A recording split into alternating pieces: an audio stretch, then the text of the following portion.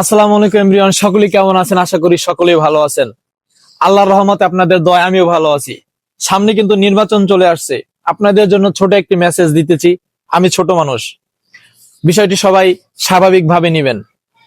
কোন নেতা আপনি জানেন যে সে চুরি করবে, কোন নেতা আপনি জানেন সে অপকর্ম করবে, কোন নেতা আপনি জানেন সে গম চুরি করবে, টিন চুরি করবে, তেল চুরি করবে, এই জানার পরও আপনি তাকে ভোট দিয়ে নির্বাচিত করছেন শুধু 500 টাকার জন্য। এই যে টাকাটা আপনি খাবেন, এটা তো হারাম, তো হারামি। এরপরে আপনার ওই নেতা যত অপকর্ম করবে, সব অপকর্মের দায় আপনাকে কাল কিয়ামতের ময়দানে নিতে হবে।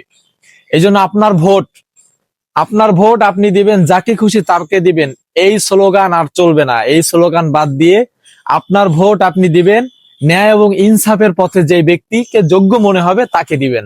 বিষয়টি আপনি আপনার এলাকার সব থেকে ভালো যে মুফতি আছে তার কাছ থেকে ক্লিয়ার হয়ে নেবেন। আশা করছি বুঝতে পারছেন। আসসালামু আলাইকুম।